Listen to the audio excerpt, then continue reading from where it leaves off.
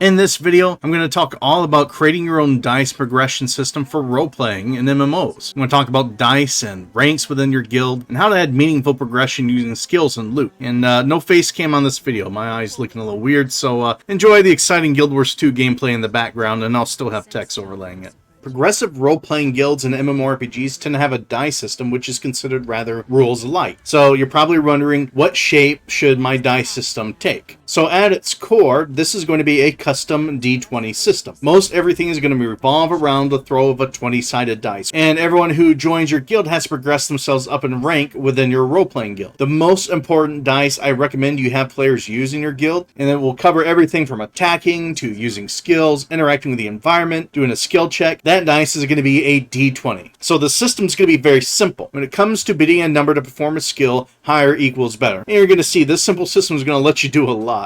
So let's talk about DCs, or difficulty checks. This is a term pulled straight out of D&D. You can set a difficulty check for any number of reasons. A character wants to sneak around an enemy that's on guard. You may want to have that player type an emote and then roll their dice for a stealth check. They're going to roll a D20. So say before they make the attempt, you tell them you're going to have to beat a 15 or higher because this guard's rather aware. Give me a good emote and then roll your dice, and if you get 15 or higher, I'm going to let you cross to the other side without alerting this very watchful guard. So now we're going to talk about modifiers. What you'll want to do is add what's known as a modifier to that D20 dice that everyone rolls. And this modifier is going to be tied to the rank within your guild. So say they join your guild, they promote to the next rank, they go from a D20 to a D20 plus 1. The rank they have in the guild corresponds to their dice, so you can call it a rank roll. Everything they do, they keep that rank modifier. If they're doing an attack, D20 plus 2. A stealth check, D20 plus 2, so on and so forth. And this becomes the biggest boon for them to promote within the guild, because promotion of their dice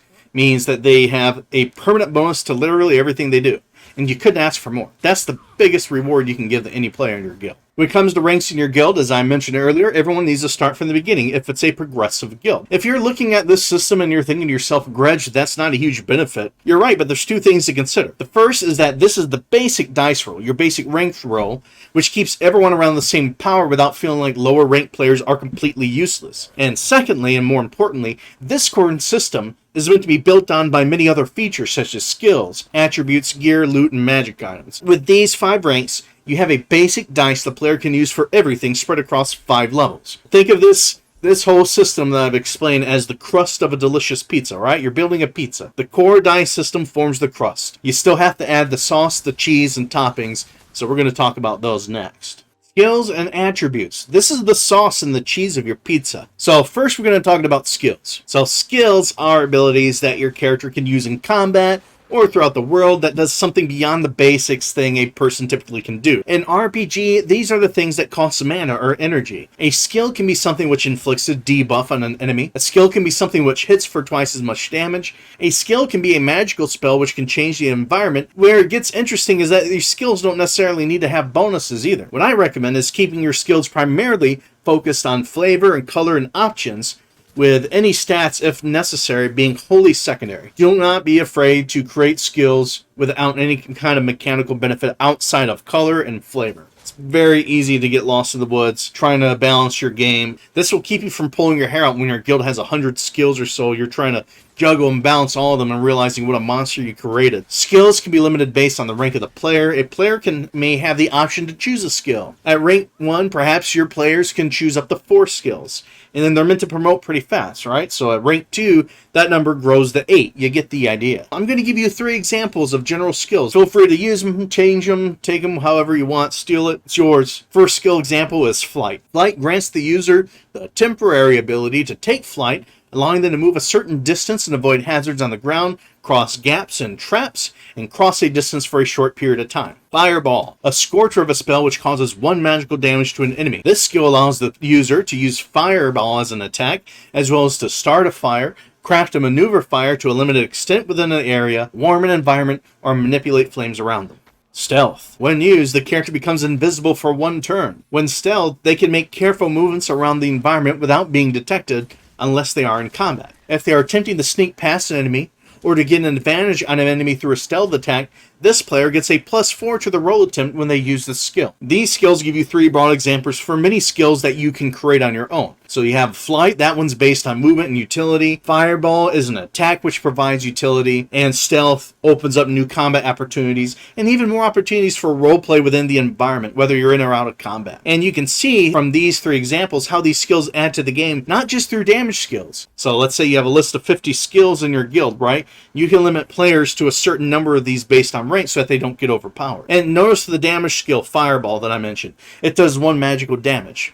Because the way I do combat and MMO roleplay, every hit is 1 damage. Fireball skill specifies magical damage. If the enemy has a resistance against physical damage or whatever, the skill description itself takes a note that this ability, Fireball, is magical. Therefore, it bypasses any physical resistances. How many skills do you want? Well, it depends on the MMORPG you're playing. For something like Final Fantasy XIV, where everything's kind of a profession or a job, maybe you want to have skills available and open to everything. Think of it like choosing from different professions and jobs. You don't have to break things down in the classes if you don't want to. You don't need to have it where everyone learns everything. You still want to limit it by rank so that people can create a bit of identity through their player skill choices. And it prevents them from being able to do everything. It allows through specialization through choice. So not everyone is super overpowered. You want to limit the number of skills they can all learn. You're allowing them to customize their character by choosing where they want to focus, what skills are important for them to pick up. Gear and loot. Now we come to the final bit of our pizza, the toppings. Gear and loot earned through events in the guild should hold an additional layer of customization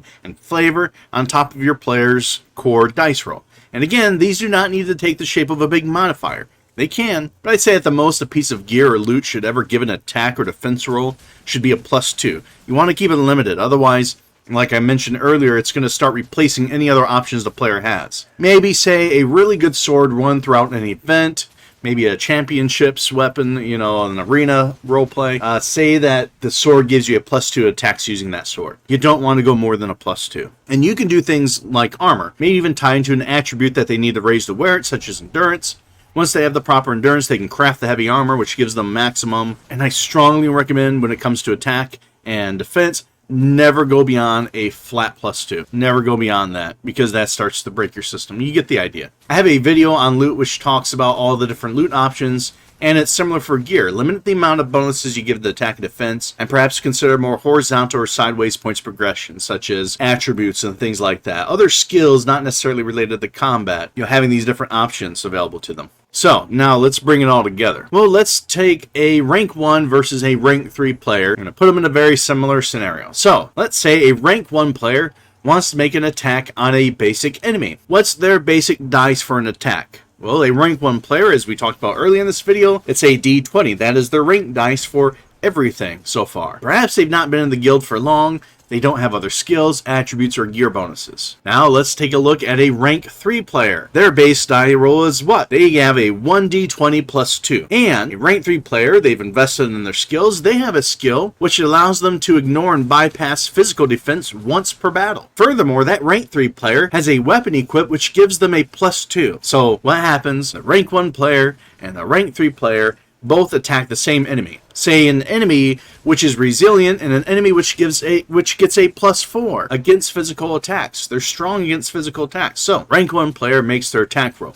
They roll their rank dice, that's a 1d20. They roll a 14 total, and the enemy is going to roll their defense. So we're going to do combat like this. The attacker rolls, and then the enemy rolls to meet or beat that dice. So the rank 1 player, they roll a 14 total, and the enemy rolls a 13 +4 because of their physical resilience modifier, which gives the enemy a total of 17. So what happened? Well, with a modifier, the enemy's +4 pushed them up to a 17, which is beyond what the rank 1 player could produce. So the enemy avoids the attack. Now let's take a look at the rank 3 player in that same situation. The rank 3 player goes up, they raise their weapon, they take a swing. Where are they going to roll? What's their core dice for rank 3? 1d20 +2. So that rank 3 player, they roll a 14 +2, right? Because that's their core dice, and it gives them a total of 16. But also, they have a weapon that they're using that gives them another +2, because that's the cap we want to put on loot, right? Well, the enemy rolls for the defense, right? The Dungeon Master rolls for the enemy's defense. The enemy rolls a 13, and they are resilient to damage, so naturally they get a +4. However, what if that rank 3 player is using a skill that bypasses physical resilience? Then that enemy's +4 to physical defense